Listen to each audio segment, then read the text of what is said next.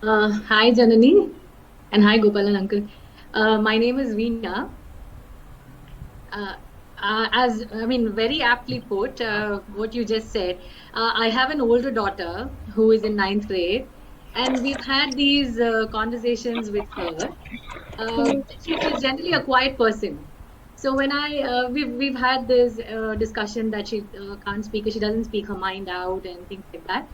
But once when we did have this discussion with her, she said, "What makes you think that I'm not happy?" I kept telling her, "You'll have to speak your mind out.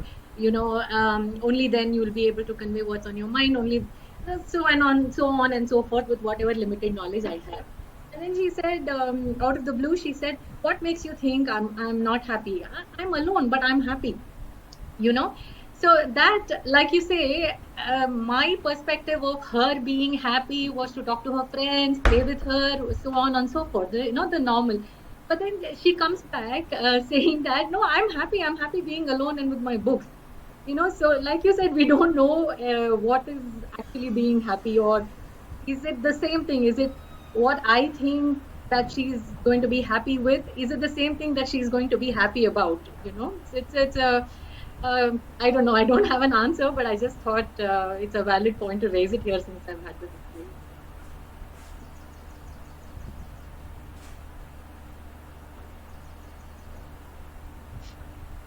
Just to add more complexity to the question, we have a younger one who's there in first standard, the older one who's in sixth standard.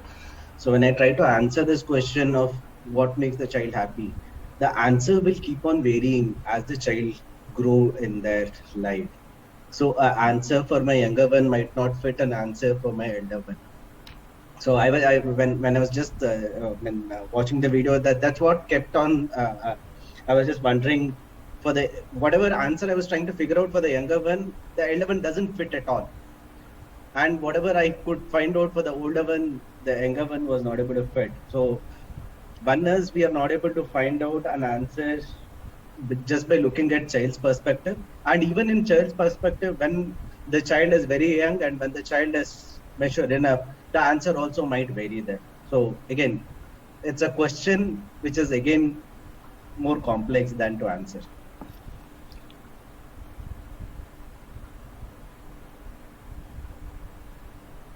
Digression would arise here. Why ascertain happiness? Why measure it at all? Why disturb a pattern or disturb a state of being that does not require to be disturbed? Wouldn't a better pursuit be prevent unhappiness? A different line altogether. Because happiness becomes apparent. It's apparent in every being, more so with children. Unhappiness is not. As all schools attempt to do, they normalize unhappiness. When you normalize unhappiness, there starts your red flag, not in the pursuit of happiness. Pause.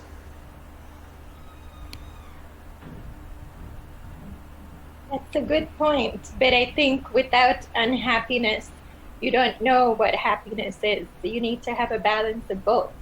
And I think to say with, younger and older kids, it does change. So it does differ between ages as you grow older, too. I feel that the whole balance equation comes into effect only when we label something as happy, label something as unhappy. So I think that's when the balance. So to us as adults, something is happy. From my perspective, my child is happy or unhappy. But it's only when I label it and tell my child, yes, this is what happiness is, or this is what we want. I think that's when these questions arise. Also, from the video, JK talked about fear and insecurity seeped into our consciousness. So what does that really mean? That's something very profound that I think we need to understand and discuss further.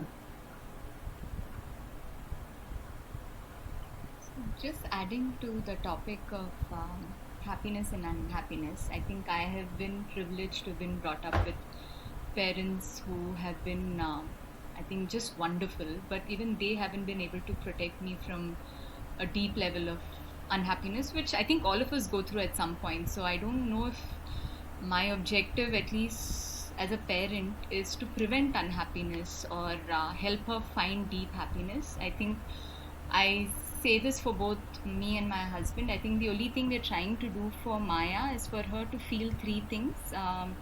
One is lack of fear of rejection. I mean, I can only speak for both of us, and complete acceptance. I mean, whoever she is, whatever she is perfect for us. And love really without any conditions. So she is who she is, and being understood. This third one is something I think for us it's been work in progress, because I quickly jump to what I assume she is feeling, and I'm still unlearning that, because she's 6.5 now and truly is a person in her own right. So that I'm unlearning, trying to ask her what it is she's going through before assuming that. So helping her feel understood. Then hopefully happiness is a consequence of that. Unhappiness I can't prevent. I think she needs to go through it. I think as everyone sort of alluded to the same thing, happiness is not a template, and it's not something that's achievable with someone's help. As a piece of life, as all our kids are, if you just let them be, they'll probably attain that. And quite probable that they'll attain that. It's just for our understanding, we slice and dice things, and then we create a template and say this is happiness. Because she drew a face which is happy, she's happy inside. I think it's a lot more than that, and it's very hard for anyone in this room to define what happiness is for somebody else. Just like the word love, you have different degrees of love, right? Different kinds of love. I think it's all just the same thing. We have just created, smaller pieces for us to understand that better. If you ask a kid, they will ask them to define happiness. You'd see different versions of it coming. I think the thing that we always try to do as humans is try to get something and cause something to somebody, like happiness or love and all of that. I think we need to resist that thing that we keep trying every time, and let them just be, and then just by themselves, if you let them blossom to their fullest potential, I think it will happen regardless of you, despite you, or whether you're there or not, it will happen. I think that was the other part of the video where JK talks about the lopsidedness of it.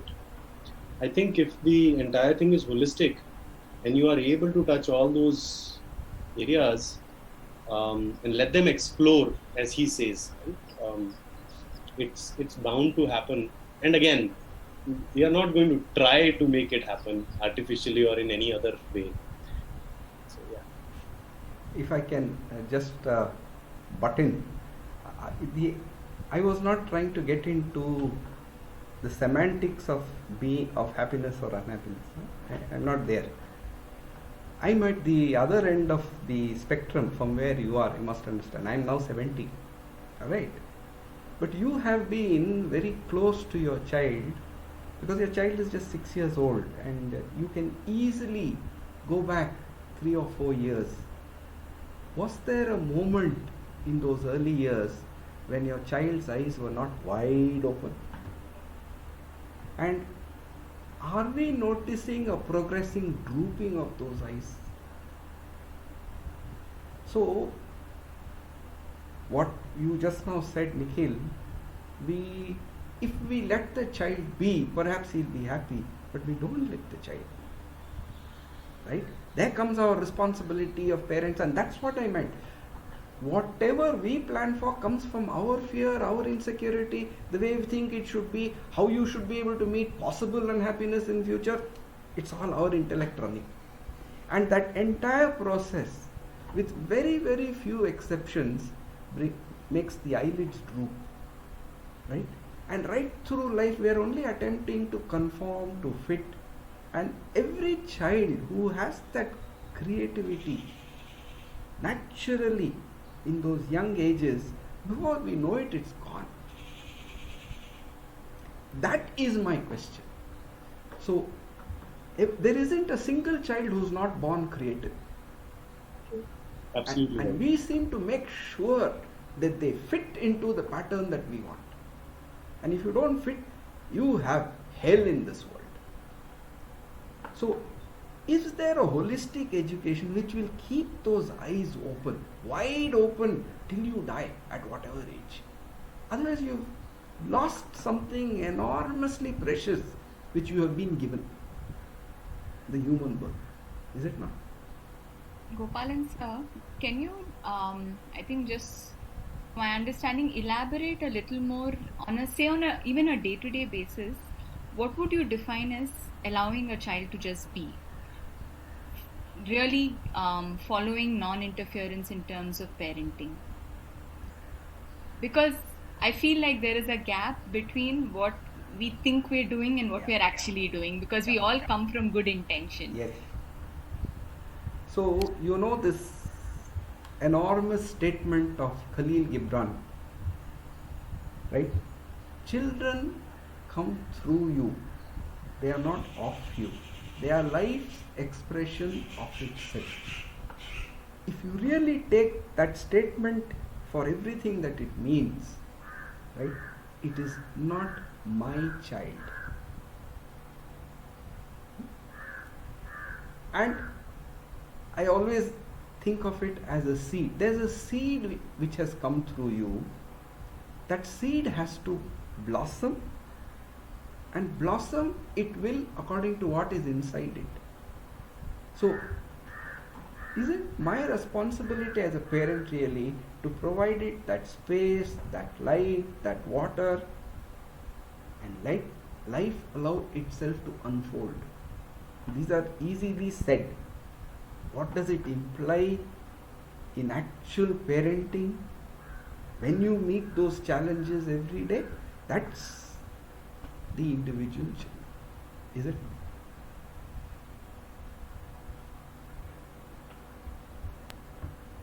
So Nikhil used three magical words on which we are here. He said, let them be. Now, let them be is a very profound concept. And in my view, the core of the principles of education, the target of education cannot be a child. You cannot educate a child. You should not educate a child. You educate the parent. You can create an environment.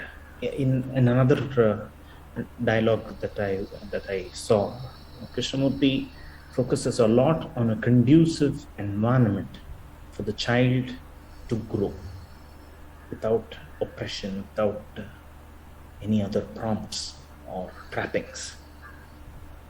So let them be is something that has to be taught to parents. I've said this before probably, but school is for the parent and must not be for a child. So I think that's where we want to start.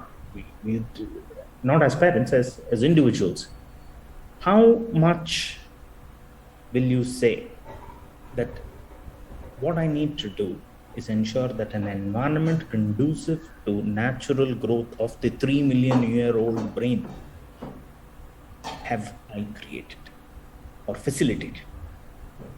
That's how I started looking at this when we started hearing and reading about JK a couple of months ago.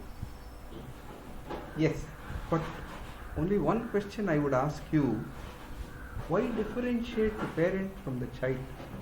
They are just 40 years apart or 30 years apart. The parent is in the same position. He was a child once, right? So, if you want an environment that is conducive for the child, should there not be an environment which is conducive for the adult as well, for growth? Yes, yes. I think Divya mentioned the word unlearning. I Yeah. think that's what is important. There is a question though, sir, to that, to answer your question, why distinguish between the child and the parent? Now here, the answer I have is not generic, it is personal. Because I personally have been subjected to the rigors of a norm. And now the best I can do is I am deeply enshrined in the norm. So when I can, I will try to separate. But if I do the same imposition that was upon me, that I can control. But controlling my environment now does not lie in my hands. That's how I would probably answer that question. Yeah, but there's a very, very dangerous word you brought in, which we really need to explore, right? What is this control? Who is Yes. it that controls, right? And Yes, I had this before. can Yes. you really stand inside a pond and keep throwing out the water and empty the pond? Right? Which is what, so that is what I meant when I said parent is not very different from the child. We are in that environment. What is that environment? The environment where my intellect says, I will plan. And that's the environment. So, you can't have enquiry for the child and what is right for him if it's not directed at oneself also. So, it always begins from there. Right? So, that is why I said, when you want the child to be happy, don't you need to ask, am I completely happy in my own life? If not, what is it that is causing that disturbance? I don't have to say get rid of it, control it, suppress it, reduce it. No. But can I just be aware what is causing it in my own life? Because if I haven't understood that, 30 years from now he is going to be in exactly the same position. No, I agree completely. We need to parent our own inner child first before we show up for our children, and that is the journey which is the hardest one because there's so much unlearning. See, I ideally, if we knew all this before becoming a parent, we probably would have done homework to become a parent. But 99 cases out of 10, what happens? The child is there. Then comes the problem, what do you do? Right? So we haven't, so you can't wait to let the child inside flower because the other one is already there. I think, I feel that, for their age, right? My son is almost 7 now. He is already happy. I feel that we shouldn't put our unhappiness on them. That's if we at least try not to put our unhappiness, I think they'll continue to be happy. Maybe we are not happy. That's why we are, this whole unhappiness word comes up because it's just us. Kids, they are happy. Their unhappiness is very temporary. They cry, they shed tears, and it's happy the next moment. They're fine. I think it's. I think our expectations were, try to get to our balance. Yes, I'm not audible actually. You very well. Sorry. We heard you, but I think. Oh yeah, far away. All I'm trying to say is probably I think our parents' expectations, setting a benchmark and thinking that okay, if this much is there, and then they are happy, and if not, they are not happy. So probably we should not set up any weighing system from our end and let them be themselves. And I guess keep it simple. That's it. I would like to talk about something which is very practical, and I have more questions actually more than any solution. First of all, Gopalan sir, I've been a huge fan of yours even before Chirag Arsan joined Valley. I've been following your talks and love your perspective. Sometimes I wish, when I was very young, I would have had the same kind of education. I'm sure everyone. Yeah, probably. That's the reason our kids are there in that school, I guess. I was telling Jairam sir also long time back, I got a rank in the university, and then after I joined my job, I started realizing what the heck did I study all my life, because none of it is actually practically useful anywhere in life. So anyway, so coming to the this thing of we asked Chirag, are you happy? So he says, I'm always happy. The problem is, when it comes to practical things in life, he's happy in class. So if we ask him, what do you do in class? He says, I play. And then we ask him, what do you do after the class? He says, I play. So what do you do in life? I play. So he's playing all the time. But now when Janani uploads the assignments, and then we get to the assignments, that's when the rubber meets the road, and we don't know what to do with it, because he really does not want to do some of them. And we are unhappy that if we don't conform to this, what will happen? And somewhere we don't want to sit on his head and get it done. So we understand the theory of everything, but when the rubber meets the road, the questions remain that, boss, how do we do this? This is the most challenging thing I've ever done in my life. Yeah. So more questions actually than answers. Yeah, very true. That's why I said in 40 minutes you will not get it. Anyway, come anywhere near it. Yeah, Gopal, Yes, maybe. I just wanted to add, joy means that pleasant state of mind actually. It is not attached to any pleasure. Pleasure means, it attached to with any matter. You cannot estimate, when we give some materialistic thing to children, they will get pleasure and they will enjoy. Because as per research, there per daily, human mind will get 60,000 thoughts in daily. So how can we estimate if we give something for that they will happy? So it is not like, because example Charvi, she's one day she will get a joy with some toys, but if we on Sunday Saturday, if we at home, she'll be happy. She won't look at that toys. She'll be happy just being with her. So that depends on thought that she will get a pleasant state of mind. So we cannot estimate, and we cannot go with our perspective.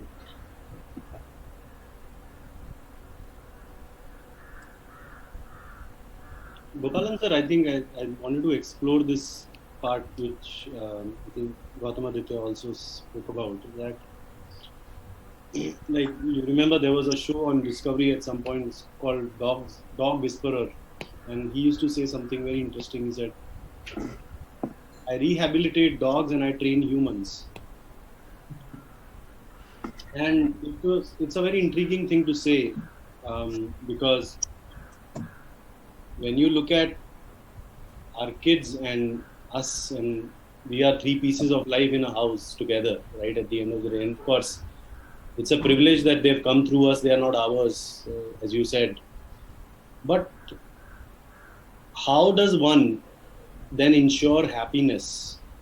First of all, again, the template has to be first of all decided, because happiness for all three or all four, or everyone in the family that way. Is there a path that somebody needs to walk to ensure that? And how does an individual really figure that out? Do they really just stumble upon it, or is there a does everyone have to really take a different path, or do we really have to take a path? We could be happy right now. We could be happier tomorrow. We might be happy, in the future. But yeah, again, the thing is that, is there a structured way of approaching this? Or even if there's no structure, and for the lack of it, can we approach it together? Is there a way we can actually achieve it together? Because at the end of the day, to the question that you asked initially, does everyone want happiness? I think for their kid, I think everyone wants happiness for themselves also. But is there a way that you can really train the humans then? So, when you say that how, right, that's one of Krishnamurti's hallmarks in all his talks. When he points out to you, how is a search for a method, a system, where the goal is already ready, specified, defined, and you want to reach it. But anything that is a goal, is defined, is a static process. It's part of that mess. Right? This becomes, it's not philosophical.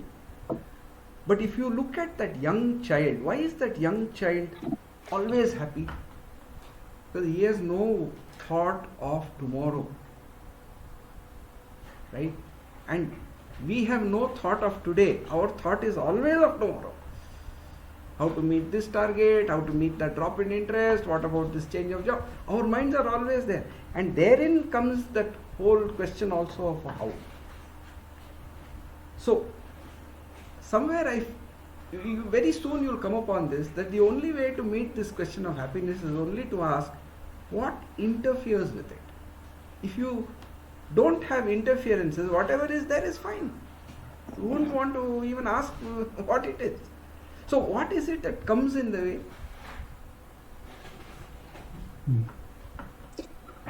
way?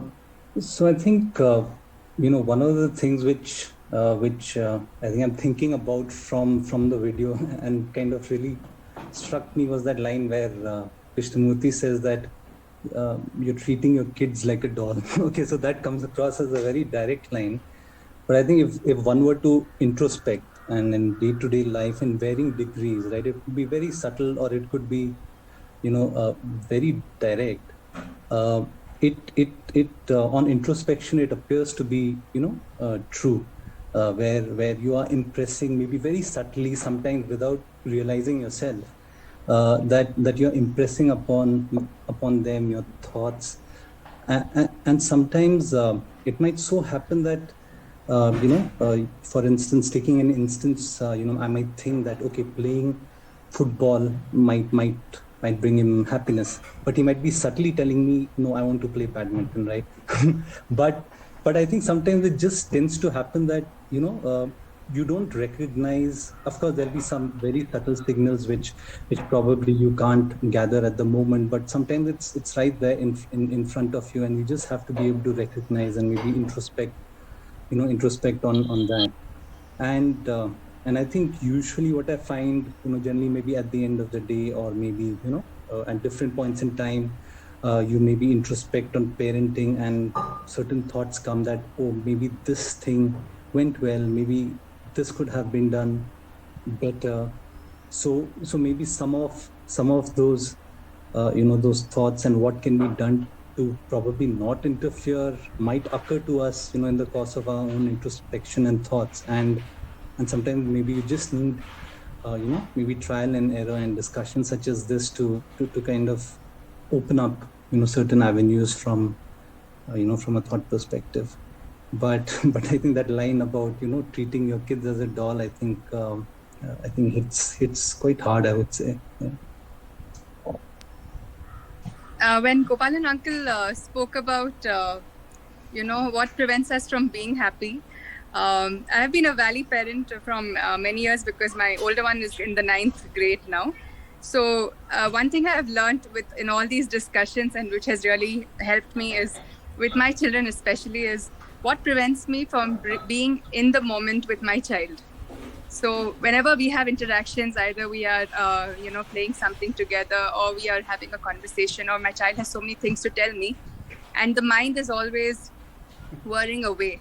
So quietening down to just observe what is it that's preventing me from being in the present moment. I think that is really linked to happiness, according to me. That's what I have found. So it's not something, it doesn't end, definitely it's a journey, and we are in it together. So, but this is something which I have felt has changed how I feel when I'm with my children, because the moment my mind is not planning for tomorrow and I am with them, there's a different quality in that moment, and I can only say that feels like happiness.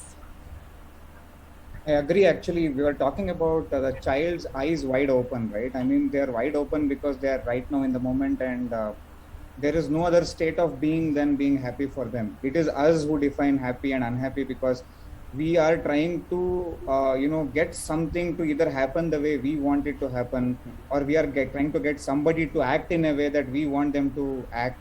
So we are having expectations beyond what we want, and when it doesn't go our way, that is unhappiness for us. But the child doesn't have any of those. He or she has probably when I was a child, it was just one state of being. I was happy all the time. There's no reason to being unhappy at all unless the parent says don't do this or don't do that. So I think I agree with what she said right now, is that that is where the we have also been trying to work on how do we stay in that current moment. That is where I think our children can teach us a lot, because I don't think they stray away at all. Yes, but you inevitably face that situation where a child has assignments to do and he says, I don't want to do it. And right? It's happening. And this is going to happen right through life. If it's not this assignment, it will be something else. Life can never go according to the way you choose that you think it will go, it should go. That can't happen.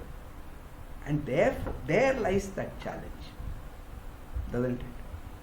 I think A little louder, please. Your voice is very low.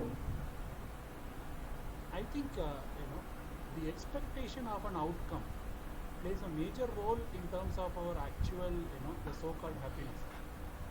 I would say we are all inherently happy, but we are layered with expectations, and that happiness is getting buried.